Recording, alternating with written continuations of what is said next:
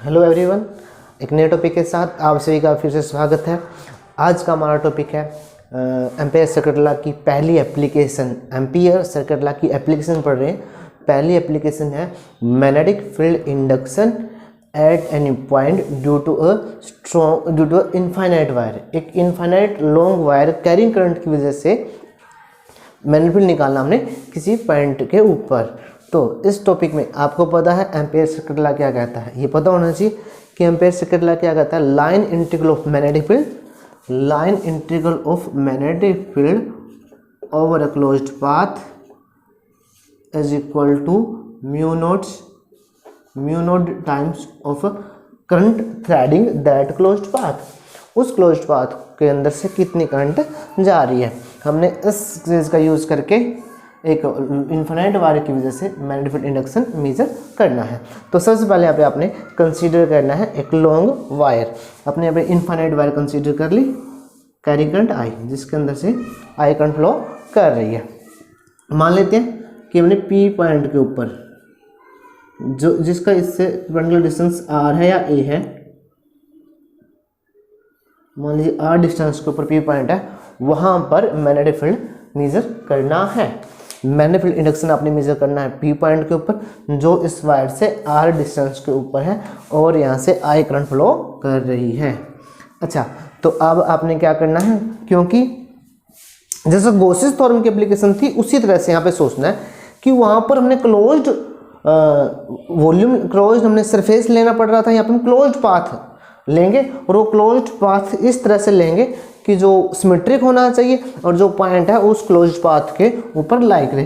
तो हमने closed path circular consider कर लिया, सर्कुलर क्लोज्ड पाथ जो इस पी से आर रेडियस का इस वायर के चारों ओर और perpendicular to plane of paper. तो अगर हम बात करें, मान लेते हैं इस पॉइंट के ऊपर मैग्नेटिक फील्ड इंडक्शन जो है ना वो बी है। डायरेक्शन ऑलरेडी हमें पता है कि वो ऐसे होगी, पर मतलब यहाँ पर दिखाऊं तो क्रॉस से अंदर की तरफ होगी। और अगर हम आगे देखें, सबसे पहले हम इस इक्वेशन में ये निकालते हैं बी डॉट डी एल। अगर मैग्नेटिक फील्ड बी है और हर एक पॉइंट के ऊपर बी की वैल्यू जो है ना वो सेम है, तो बी डॉट डी एल अगर हम निकालना चाहते हैं तो कैसे निकलेगा, B D L cos theta, B D L cos theta जो है ना 0 डिग्री होगा। हर एक पॉइंट के ऊपर डी एल और बी के बीच में जो एंगल है वो 0 डिग्री। बी बाहर आ जाएगा इंटीग्रेशन से, सी पाथ है मान लीजिए इसका नाम, इंटीग्रेशन से जो है ना वो बी बाहर आ गया। P dot D L is equal to B integration of D L, cos 0 1 हो गया और क्लोज पाथ सी, और this is equal to B into L. L length of the close path जो 2 पाई आर के equal है, रख भी सकते हैं, हमने 2 पाई आर को एल कंसिडर कर लिया। Equation number 1। अगली लाइन में क्या करेंगे हम, देखिए अगर आप इसको यहाँ पर, ये इक्वेशन नंबर 1 है और ये इक्वेशन नंबर हमारी 2 मान लेते हैं। अगर हम बात करें यहाँ पे वैल्यू पुट कर दीजिए, बी इंटू 2 पाई आर के इक्वल हो गया हमारे पास ये, और कुछ नहीं। हमारे पास पहला तो है ये कि अगर हम इस पॉइंट, इस क्लोज पाथ के ऊपर अप्लाई करें एम्पियर सर्किट लॉ, तो हमारे पास क्या हो जाएगा, B dot D L is equal to B dot D L is equal to mu naught I. और दोबारा से अगर हम क्या करें, बी डॉट डी एल को मैथमेटिकली निकालें के इंटीग्रेशन को, line integral of magnetic field को दोबारा से निकाल लें, तो B D L cos 0, cos 0 जो है ना वो हो गया 1, बी और डी एल, बी जो है ना वो कांस्टेंट बाहर आ गया, डी एल का इंटीग्रेशन, डी एल का इंटीग्रेशन हो जाए टोटल लेंथ, जो पाथ की टोटल लेंथ होगी वो 2 पाई आर के इक्वल होगी। तो ये हो जाता है बी इंटू 2 पाई आर। इस क्लोज्ड पाथ के ऊपर क्या है, मतलब हमने लाइन इंटीग्रल निकाल दिया।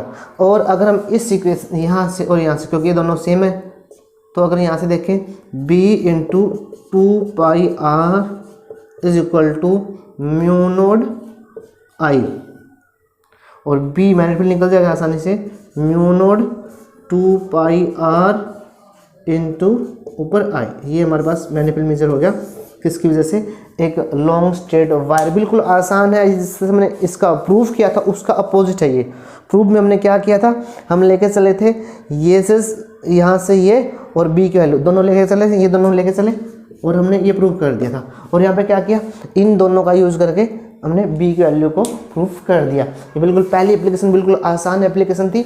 Magnetic field due to magnetic induction due to infinite wire carrying current, I current flow कर रही है, आर जो है ना वो उसका डिस्टेंस के ऊपर पी पॉइंट का मैग्नेटिक फील्ड हमने मेजर करना है। तो हमने सबसे पहले क्लोज्ड पाथ कंसीडर कर लिया। क्लोज्ड पाथ कंसीडर करने के बाद पी हमने क्या कर लिया, बी डॉट डी एल का इंटीग्रेशन यहाँ पे निकालने के बाद हमारे पास ये वैल्यू आ गई। दोनों इक्वेशंस को जब इक्वल पुट किया तो बी की value mu naught I upon 2 pi r हो जाता है। अगर यहाँ पे mu naught 2 I upon 4 pi r, 2 को ऊपर नीचे मल्टीप्लाई कर दिया और ये वैल्यू हमने पहले निकाली थी। किस केस में? जब हमने कंडक्टर की वजह से मैग्नेटिक फील्ड निकाला और उसको इनफाइनाइट कंसीडर करके हमने वहाँ पर पहले भी निकाला हुआ है बोयड-सावर्ट्स लॉ का यूज़ करके, और हमने अब दोबारा से निकाला इसको एम्पियर सर्किट लॉ का यूज करके। तो इसके साथ हमारी जो सेकंड एप्लीकेशन है वो है magnetic induction due to a solenoid. एक सोलेनॉइड की वजह से किसी पॉइंट के ऊपर हमने मैग्नेटिक इंडक्शन निकालना है। तो आपको पता होना चाहिए सोलेनॉइड होता क्या है। सोलेनॉइड जो है ना एक wire in the form of helix, helix की फॉर्म में एक वायर होगी जिसके पास बहुत सारे लूप्स होंगे, लूप्स की फॉर्म में। और हम यहाँ पे करंट फ्लो कर लेते हैं कि करंट मान लेते हैं कि वो ऐसे फ्लो कर रही है, इस तरह से करंट फ्लो कर रही है, आई करंट फ्लो कर रही है। तो जो ये सोलेनॉइड है, सोलेनॉइड की वजह से मैग्नेटिक इंडक्शन हमने किसी पॉइंट के ऊपर निकालना है। बिल्कुल आपको अच्छे से इसको समझना है। जैसे कि हम बात करते हैं हमारे पास कोई एक लूप है, उसकी वजह से हमने मैग्नेटिक फील्ड निकालना हम लोगों को, तो मैग्नेटिक फील्ड निकला था सेंटर के ऊपर। अगर करंट ऐसे फ्लो कर रही है तो अगर मान लीजिए करंट इस तरह से फ्लो कर रही है ऐसे, तो मैग्नेटिक फील्ड इंडक्शन इसकी यहाँ पर होगी डायरेक्शन एक वायर की वजह से, सॉरी एक लूप की वजह से। और अगर हम बात करते हैं यहाँ पर इस तरह से डायरेक्शंस होती हैं मैग्नेटिक फील्ड की, तो सेंटर पे तो इस तरह से और बाकी मतलब इस तरह से होंगी। और अगर हम बात करते हैं अगर हमारे पास बहुत सारे लूप हैं तो उनकी वजह से जो डायरेक्शंस होगी वो अंदर वो इस तरह से हो जाएंगी, क्योंकि जैसे ही कोई एक लूप यहाँ पर है तो अगर अगले साथ में एक लूप जोड़ते हैं तो ये उसकी वजह से मैग्नेटिक फील्ड जो है ना वो इसको स्ट्रेट कर देता है, इस तरह से होगा। अगर आगे हम देखें यहाँ पर मान लीजिए हमने किसी पॉइंट P के ऊपर मैग्नेटिक डायरेक्शन मेजर करना है, P पॉइंट, यहाँ पे डायरेक्शन जो है ना वो ऐसे होगी, हमें पता है डायरेक्शन का, डायरेक्शन ऑलरेडी पता होनी चाहिए। P पॉइंट है यहाँ पर, जिस पॉइंट के ऊपर हमने मैग्नेटिक डायरेक्शन मेजर करना है, ये P पॉइंट यहाँ पर मान लेते हैं। तो हमने पता चल गया कि एक लूप की वजह से जो डायरेक्शन है वो कैसे होती है और सोलेनॉइड की वजह से जो डायरेक्शन है वो ऐसे होंगी। और अगर हम बात करें बाहर जो है ना इस तरह की डायरेक्शंस होगी मैग्नेटिक फील्ड की। यहाँ तक मतलब जो एक आइडियल सोलेनॉइड होता है, बहुत ज़रूरी बात है, जो आइडियल सोलेनॉइड होता है उसके पास जो टर्न्स हैं वो बहुत ज़्यादा होती हैं as compare to its length, मतलब उसकी जो लेंथ है ना वो बहुत ही ज़्यादा होती है। लेंथ ज़्यादा होने की वजह से हम मानते हैं कि भाई जो लाइंस होंगी ये इस तरह से होंगी और जो इस जगह पे मैग्नेटिक फील्ड है बाहर वो जीरो होगा, ये आपको ध्यान रखना है। ये प्रूव करते हुए ये जो यहाँ पर जो मैग्नेटिक फील्ड है वो जीरो है। अब देखिए आपने अब क्या कंसीडर करना है, एक लूप कंसीडर करना है एम्पियर सर्किट लॉ का यूज़ करने के लिए। तो आपने वो लूप इस तरह से कंसीडर कर लिया,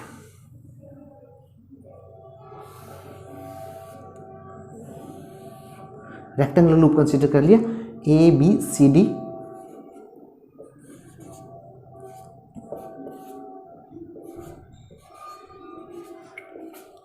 तो हमने अगर हम आगे बात करते हैं, अगर मैं आपको दोबारा से दिखाऊं यहाँ पर कि जो जैसे हमारे पास ये सोलेनॉइड है कोई डायरेक्शन मैग्नेटिक फील्ड की इस तरह से है, मैंने यहाँ पर वो ये लूप्स नहीं दिखाए और हमने एक क्लोज्ड पाथ कंसीडर कर लिया ABCD। अब इस क्लोज्ड पाथ के ऊपर सबसे पहले हम निकाल लेंगे B dot line integral of magnetic field. तो ये हमारा ABCD लूप है। ABCD लूप के ऊपर हमने क्या निकालना है, B.dl line integral of magnetic field. तो इसको हम चार पार्ट्स में डिवाइड कर देंगे। एक तो होगा B.dl और AB। हम मान लेते हैं एक बात और अपने यहाँ पे मान लें, जो AB हमारा AB और CD जो है ना उसको L मान लेते हैं रेक्टेंगल की लेंथ, और BC और DA को हम B मान लेते हैं breadth, B breadth of small B breadth. अब हम इसको चार भागों में बांट रहे हैं। दूसरा B2C B.dl प्लस, मैं इसको यहाँ से हटा देता हूँ, C2D B.dl और प्लस D2A B.dl। अब चार पार्ट्स की जब बात करेंगे तो हम P पॉइंट के ऊपर, जो हमारा P पॉइंट है, यहाँ पर मैग्नेटिक फील्ड जो है ना वो मान लेते हैं B। नोटेशन सेम हो रही है तो उसको आप B नाम दे देते, इसको B प्राइम नाम दे दीजिए, B प्राइम जो हमारा B है उसको B प्राइम नाम देते हैं, और मैग्नेटिक फील्ड जो है ना यहाँ पर वो B हो जाएगी हमारी। तो B जो मैग्नेटिक फील्ड है A तो इसमें इस लूप में तो मैग्नेटिक फील्ड है B, यहाँ से आपके पाथ में इस जगह पर यहाँ तक B, यहाँ तक कुछ नहीं है। इसको देखते हैं क्या होगा, यहाँ पर 0 है, मैग्नेटिक फील्ड जो है यहाँ पर 0 है। तो अगर जब बात करते हैं पहले वाले केस की, तो B.dl is equal to complete ABCD के ऊपर सबसे पहले A to B प्राइम की बात करते हैं। B मैग्नेटिक फील्ड बाहर आ गया, इंटीग्रेशन ऑफ DL हो जाता है A to B prime plus यहाँ पर, और क्योंकि एंगल कोस 0 डिग्री है वो भी देखना आप लोगों ने, प्लस B.dl कोस 90 डिग्री हो जाता है किस केस में, B प्राइम टू C वाले केस में, प्लस C2D में B की वैल्यू 0 हो जाएगी, यहाँ पर मैग्नेटिक फील्ड 0 है, और लास्ट वाला प्लस D2A वहाँ पर B.dl कोस 90 डिग्री, कोस 90 0, कोस 90 0 और ये 0। तो हमारे पास क्या बचा, सिर्फ A B prime C D B.dl is equal to B into integration of DL, और इंटीग्रेशन ऑफ DL क्या है, A B प्राइम की लेंथ B इंटू L हो जाता है, इक्वेशन नंबर 1। ये हमारे पास निकल गया, कंप्लीट इंटीग्रेशन हमने निकाल दिया है। ध्यान दीजिए हमने B.dl का इंटीग्रेशन जो है ना वो एक पाथ कंसीडर किया है A B prime C D A, उस पे हमने निकाल दिया है। और दूसरा अगर हम बात करते हैं according to Ampere second law, B.dl integration A B prime C D is equal to mu naught into current, जो करंट इस क्लोज्ड पाथ, जो करंट इसको क्रॉस कर रही है। देखिए अगर यहाँ पे एक टर्न आ रही है, दूसरी टर्न, तीसरी, चौथी, पांचवी, एक टर्न से आई करंट, यहाँ से भी आई करंट, जितनी नंबर ऑफ टर्न्स होगी इनटू आई, जितनी नंबर ऑफ टर्न्स होंगी उसके इनटू में आई। अगर देखें म्यू नॉट इनटू, अगर यहाँ पर कितनी टर्न्स जा रही हैं, टर्न देखते हैं हम कितनी जा रही हैं, इसको कितने लूप क्रॉस कर रहे हैं। अगर सोलेनॉइड की हमने टोटल लेंथ मान रखी है कैपिटल L, और एक चीज़ मान रखी है N क्या मान रखा है, number of turns per unit length, number of turns per unit length, इसको ध्यान रखना। ये हमने स्मॉल n कंसीडर कर रखे हैं, number of turns per unit length. तो अगर A यहाँ से यहाँ तक की लेंथ जो है ना वो L है, तो कितनी टर्न्स जाएंगी, N इंटू L टर्न्स जाएंगी, N into L turns cross करेंगी, क्योंकि पर यूनिट लेंथ कितनी टर्न्स है, N है, और एक यूनिट लेंथ पर कितनी हो जाएंगी, N हो जाएंगी, और L लेंथ पर कितनी हो जाएंगी, N इंटू L, और एवरी टर्न पर करंट कितनी है, I। तो हमारे पास ये बन जाता है सेकेंड फॉर्मूला। मतलब वी डॉट डी एल निकल गया। अब दोनों जगह से देखिए, इस जगह से एक ये है और एक ये है, इन दोनों जगह से इसको और इसको इक्वल कर दीजिए।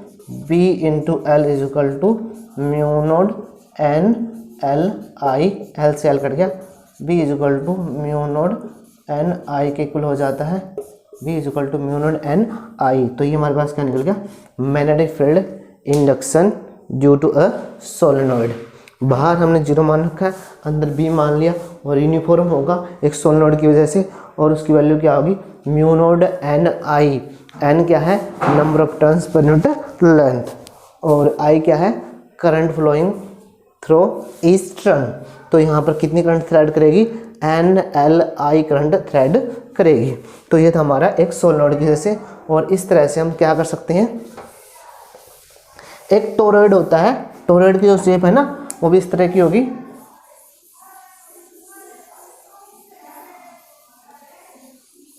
ये टोरॉइड एक सर्कुलर शेप, जब सोलेनोइड को हम सर्कुलर शेप में कर देते हैं तो क्या होता है, हमारा एक टोरॉइड होता है। तो उसकी वजह से भी किसी पॉइंट को मैग्नेटिक फील्ड निकाल लें अगर हम, वो भी क्या निकलेगा, उसके लिए वैल्यू भी यही आएगी, आसानी से निकाल सकते हैं। ये थी हमारी application of ampere circuit law, एक सोलेनोइड की वजह से म्यू नोड एन आई। आपको अच्छे से इसको याद करना है। और